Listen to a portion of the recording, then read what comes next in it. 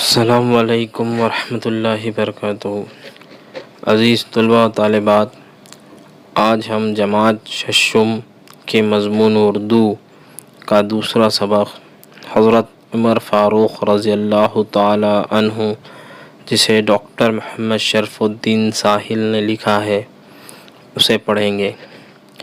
پہلے ہم سبق کا کچھ حصہ ریڈنگ کریں گے، اس کے بعد اس کو سمجھیں گے تاکہ آپ کو پڑھنے میں اور سمجھنے میں آسانی ہو۔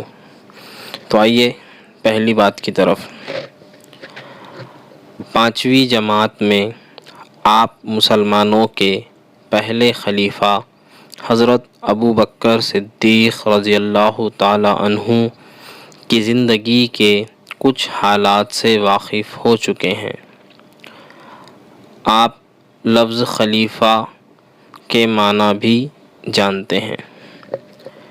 پیارے بچوں، آپ نے گزشتہ 5 جماعت میں مسلمانوں کے پہلے خلیفہ حضرت ابو بکر صدیق رضی اللہ تعالی عنہ کی زندگی کے حالات اور واقعات کے متعلق پڑھ چکے ہیں، اور آپ لفظ خلیفہ کے معنی بھی جانتے ہیں۔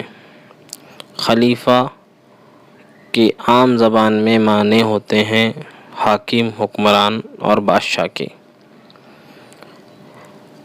اسلام کے ابتدائی زمانے میں جب مسلمانوں کی تعداد بڑھ رہی تھی اور اسلام ملک عرب سے نکل کر ایران، مصر اور اسپین جیسے دور دراز ملکوں میں پھیل چکا تھا، ایسے حالات میں اسلامی حکومت کو مسلمانوں کے قبضے والے تمام علاقوں میں سنبھالے رکھنا بہت ضروری تھا۔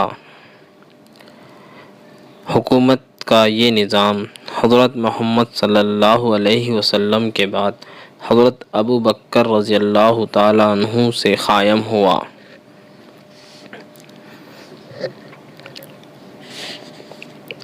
پیارے بچوں،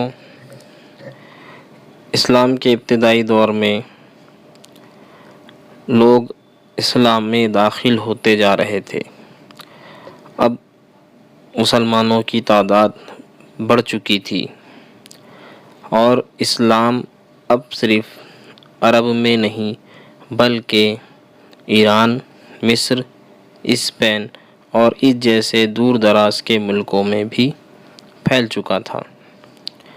اب ان ملکوں میں بھی اسلامی حکومتیں قائم ہو چکی تھیں، لہٰذا اتنے بڑے وسیع قبضے والے علاقوں کو سنبھالنا بہت ضروری تھا۔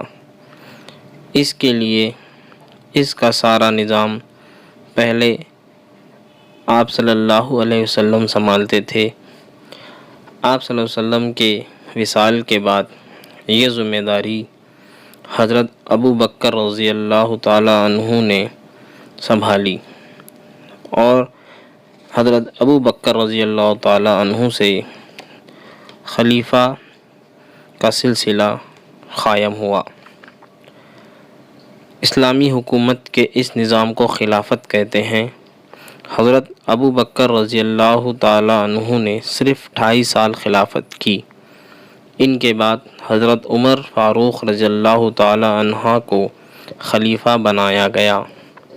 یہاں ان کے اخلاق و عادات اور زندگی کے کچھ واقعات بتائے جا رہے ہیں۔ پیارے بچوں، اسلامی حکومت کے نظام کو خلافت کہتے ہیں، یعنی جو خلیفہ جتنے عرصے کے لیے اس نظام کو چلاتا ہے یا سنبھالتا ہے، اس عرصے کو اس خلیفہ کی خلافت کہتے ہیں۔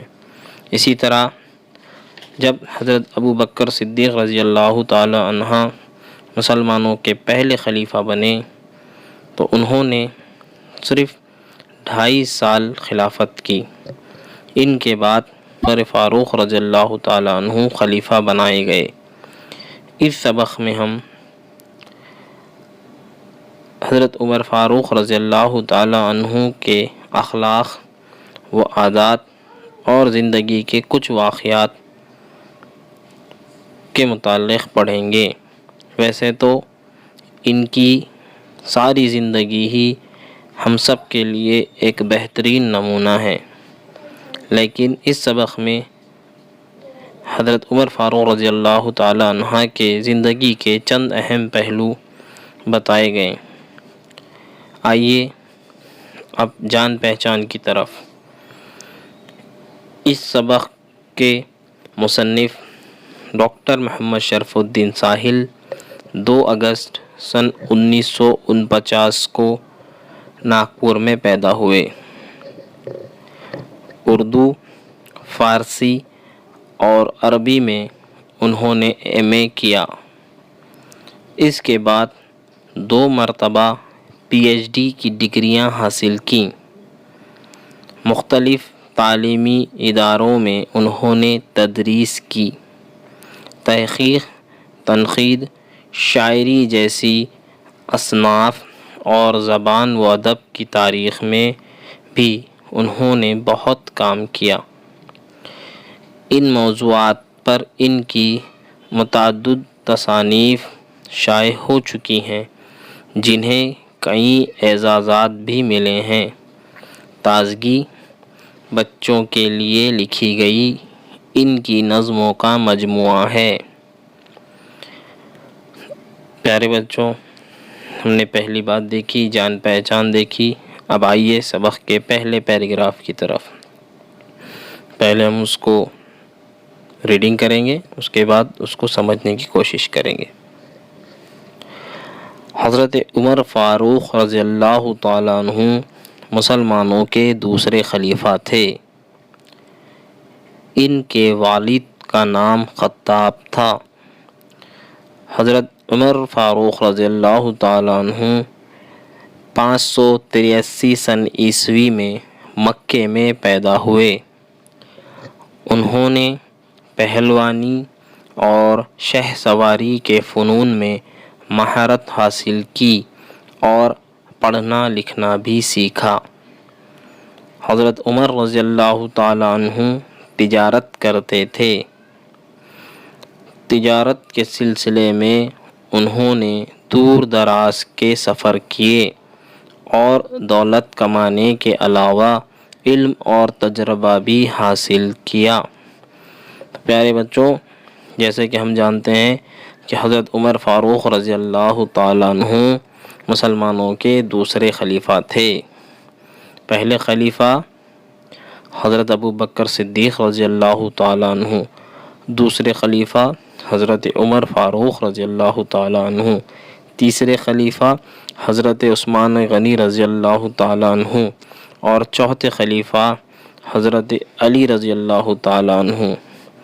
تو حضرت عمر فاروق رضی اللہ تعالیٰ عنہ دوسرے خلیفہ تھے اور ان کے والد کا نام خطاب تھا، اور وہ 583 سن عیسوی میں مکے میں پیدا ہوئے۔ وہ ایک بہترین جسم کے مالک تھے، بہترین پہلوان تھے۔ انہوں نے اپنے اس دور کے بڑے بڑے پہلوانوں کو زیر کیا اور شہ سواری یعنی کہ گھوڑ سواری، گھوڑا چلانا، تو وہ گھوڑ سواری میں بھی بہت مہارت رکھتے تھے۔ وہ بہت سے گھوڑ سواری کے ہنر سے، طریقوں سے واقف تھے، اور اس کے علاوہ اس دور میں مکے میں بہت کم ایسے لوگ تھے کہ جو پڑھنا لکھنا جانتے تھے۔ ان میں سے ایک حضرت عمر رضی اللہ تعالیٰ عنہ تھے کہ جو پڑھنا لکھنا بھی جانتے تھے۔ حضرت عمر رضی اللہ تعالیٰ عنہ کا پیشہ تجارت تھا، وہ تجارت کرتے تھے، اور تجارت کے سلسلے میں وہ اپنے ملک سے یعنی مکے سے بھی دور دراز کے علاقوں میں جا کر تجارت کرتے تھے، جس سے وہ دولت بھی کماتے تھے۔ اس کے علاوہ وہاں کے طور طریقے، وہاں کا علم اور اس سے سفر میں ہونے والے کئی تجربات کو بھی وہ حاصل کیا کرتے تھے۔ اب آئیے دوسرے پیراگراف کی طرف۔ حضرت عمر رضی اللہ تعالیٰ عنہ کا شمار عرب کے سرداروں میں ہوتا تھا۔ شروع میں عرب کے دوسرے سرداروں کی طرح انہوں نے بھی اسلام کی دعوت کو قبول نہیں کیا، بلکہ اس کی شدید مخالفت کی، لیکن اللہ نے حضرت عمر رضی اللہ تعالیٰ عنہ کے دل کو پھیر دیا، چنانچہ حضرت محمد صلی اللہ علیہ وسلم کی خدمت میں حاضر ہو کر انہوں نے اسلام قبول کر لیا۔ جب دشمنوں کا ظلم و ستم حد سے بڑھ گیا تو اللہ کے رسول صلی اللہ علیہ وسلم نے ہجرت کا حکم دیا۔ حضرت عمر رضی اللہ تعالیٰ عنہ نے علانیہ مکے سے مدینہ ہجرت کی۔ تو پیارے بچوں، حضرت عمر رضی اللہ تعالیٰ عنہ اپنی صلاحیتوں کی بنیاد پر ان کا شمار عرب کے بڑے سرداروں میں ہوتا تھا۔ جب آپ صلی اللہ علیہ وسلم نے مکے میں اپنی نبوت کا اعلان کیا، جب انہوں نے کہا کہ میں اللہ کا نبی ہوں، تو دوسرے سرداروں نے ان کی بات کو ماننے سے انکار کر دیا۔ جب انہوں نے ان سرداروں کے سامنے دین کی دعوت کو پیش کیا تو انہوں نے قبول نہیں کیا۔ ان سرداروں میں سے ایک خود حضرت عمر رضی اللہ تعالیٰ عنہ بھی تھے کہ جنہوں نے اس دعوت کو قبول نہیں کیا، بلکہ اس کی شدید مخالفت بھی کی، وہ اس کے مخالف بھی تھے۔ اور لیکن جیسے کہ ہم اور آپ جانتے ہیں کہ کس طرح سے حضرت عمر رضی اللہ تعالیٰ عنہ دین میں داخل ہوئے، کہ ایک دن وہ اپنی تلوار لے کر آپ صلی اللہ علیہ وسلم کو قتل کرنے کے ارادے سے اپنے گھر سے نکلے، تو راستے میں کسی نے انہیں بتایا کہ پہلے اپنے گھر کی خبر لو، اپنی بہن کی خبر لو کہ وہ بھی تو مسلمان ہو چکی ہے۔ یہ سنتے ہی حضرت عمر کو غصہ آ گیا اور وہ سیدھا اپنی بہن کے گھر پہنچے۔ جب وہ اپنی بہن کے گھر پہنچے تو انہوں نے دروازے پر زور زور سے دستک دی، اور جب وہ دستک دے رہے تھے تو انہیں تلاوت کی آواز سنائی دی۔ جب دروازہ کھلا تو انہوں نے اپنی بہن کو کہا کہ بتاؤ تم کیا پڑھ رہی تھی؟ تو بہن نے انہیں کچھ قرآن کی تلاوت سنائی، جسے سن کر کہ اللہ کا رحم و کرم ان پر ہوا۔ سننے کے بعد وہ سیدھا حضرت محمد صلی اللہ علیہ وسلم کے پاس پہنچے اور انہوں نے اسلام کو قبول کر لیا۔ اور جب وہ اسلام میں داخل ہو گئے، اب دشمنوں کا ظلم و ستم جب حد سے بڑھ گیا کہ جب مسلمانوں کو ستانے لگے، تو آپ صلی اللہ علیہ وسلم نے حکم دیا کہ اب وہ یہاں سے ہجرت کریں۔ ہجرت یعنی ایک جگہ سے دوسری جگہ منتقل ہونا۔ حضرت عمر رضی اللہ تعالیٰ عنہ نے علانیہ یعنی کہ ظاہر کرتے ہوئے مکے سے مدینہ ہجرت کی، کہ وہ پھر مکے سے مدینہ چلے گئے۔ آئیے تیسرے پیراگراف کی طرف۔ حضرت عمر فاروق رضی اللہ تعالیٰ عنہ نے مدینے میں بھی حضرت محمد صلی اللہ علیہ وسلم کا ہر موقع پر ساتھ دیا اور اسلام کی حفاظت کے لیے تن من دھن کی بازی لگا دی۔ حضرت ابو بکر صدیق رضی اللہ تعالیٰ عنہ کی وفات کے بعد حضرت عمر رضی اللہ تعالیٰ عنہ خلیفہ ہوئے، کہ جب دشمنان اسلام نے حد سے زیادہ ظلم کر دیا تو اللہ کے نبی حضرت محمد صلی اللہ علیہ وسلم اپنے تمام ساتھیوں کے ساتھ مکے سے مدینہ کی طرف چلے گئے۔ اور جس طرح حضرت عمر فاروق رضی اللہ تعالیٰ عنہ نے مکے میں آپ صلی اللہ علیہ وسلم کا ساتھ دیا، اسی طرح انہوں نے مدینے میں بھی ہر موقع پر آپ صلی اللہ علیہ وسلم کا ساتھ دیا اور اسلام کی حفاظت کے لیے، اسلام کی بقا کے لیے اپنے تن سے، دل سے اور اپنے پیسوں کے ذریعے بھی انہوں نے اسلام کی حفاظت کی۔ پھر جب حضرت ابو بکر صدیق رضی اللہ تعالیٰ عنہ انتقال کر گئے، ان کے بعد حضرت عمر رضی اللہ تعالی عنہ کو خلیفہ بنایا گیا۔ آئیے چوتھے پیراگراف کی طرف۔ حضرت عمر رضی اللہ تعالی عنہ کی خلافت کی مدت 10 برس 6 مہینے اور 4 دن ہے۔ ان کی خلافت کے دور میں اسلامی حکومت بہت وسیع ہو گئی تھی۔ اتنی بڑی حکومت کو سنبھالنے کے لیے انہوں نے ایک باقاعدہ نظام قائم کیا۔ مفتوحہ ملکوں کو صوبوں میں تقسیم کر کے ہر صوبے کے انتظام اور نگرانی کے لیے ایک عامل مقرر کیا۔ بیت المال، عدالت، آبپاشی، فوج اور پولیس کے محکمے قائم کیے۔ شہر آباد کروائے، نہریں کھدوائیں، مہمان خانے تعمیر کروائے، فوجی چھاؤنیاں بنوائیں، جیل خانے بنوائے، مردم شماری کروائی اور مکاتب قائم کیے۔ حضرت عمر رضی اللہ تعالیٰ عنہ کی ہدایت پر صلاح و مشورے کے بعد ہجرت کے واقعے کو بنیاد بنا کر ہجری کیلنڈر کی ابتدا کی گئی۔ پیارے بچوں، جس طرح ہم نے دیکھا کہ کسی خلیفہ کے خلافت کرنے کا جو عرصہ ہوتا ہے کہ وہ اس علاقے کی نگرانی کرتا ہے تو اسے خلافت کہتے ہیں۔ تو اسی طرح سے حضرت ابوبکر صدیق کی خلافت 2.5 برس کی تھی، یعنی کہ 2.5 سال کی۔ اس کے بعد عمر رضی اللہ تعالیٰ عنہ خلیفہ بنے تو ان کی خلافت کی مدت کا عرصہ 10 برس یعنی 10 سال 6 مہینے اور 4 دن کا ہے۔ جب وہ خلیفہ بنے تو ان کے اس خلافت کے دور میں اسلامی حکومت بہت وسیع ہو گئی، یعنی کہ کافی پھیل چکی تھی۔ اب اتنی بڑی حکومت کو سنبھالنے کے لیے انہوں نے ایک باقاعدہ نظام بنایا، ایک سسٹم بنایا۔ اب جو مفتوحہ ملک تھے، مفتوحہ یعنی کہ جن کو فتح کر لیا گیا ہو، جن جن ملکوں کو انہوں نے فتح کیا تھا ان کو اب صوبوں میں تقسیم کر دیا، اور ہر صوبے کے انتظام کے لیے، اس کی نگرانی کے لیے ایک عامل مقرر کر دیا گیا تھا۔ عامل یعنی کہ ایک نگران کار۔ جس طرح ہم دیکھتے ہیں کہ ہمارا ملک اب اس میں تقریباً 28 ریاستیں اور 8 مرکزی زیر اقتدار علاقے ہیں۔ اب ان ایک وزیر اعظم ملک کا اس سارے ملک کو چلا نہیں سکتا، اس کے لیے اس کو ریاستوں میں تقسیم کر دیا گیا۔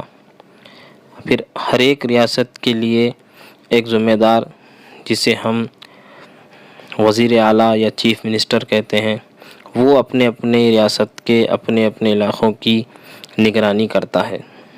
تو اسی طرح حضرت عمر نے بھی جو علاقے تھے، ملک تھے، ان کو صوبوں میں تقسیم کر دیا گیا اور ہر ایک کی نگرانی کے لیے ایک عامل مقرر کر دیا۔ اس کے بعد ہر علاقے میں بیت المال بنایا، عدالت بنائی، آبپاشی یعنی کہ جسے ہم ایریگیشن کہتے ہیں، پانی کا نظام کہ لوگوں کو کھیتی باڑی کے لیے، پینے کے لیے پانی مہیا کرانا۔ اس کے بعد فوج بنوائی تاکہ اپنے علاقے سرحدیں محفوظ رکھیں، پولیس کے محکمے بنائے تاکہ ان علاقوں کے اندر جو ہے سو غلط کاموں کو روکنے کے لیے پولیس بنائی۔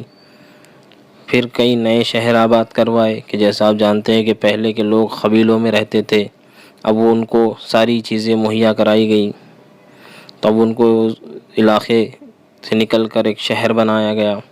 پھر نہریں کھدوائیں، مہمان خانے جسے ہم گیسٹ ہاؤس کہتے ہیں وہ بنوائے گئے، فوجی چھاؤنیاں بنوائی گئی، جیل خانے بنوائے گئے۔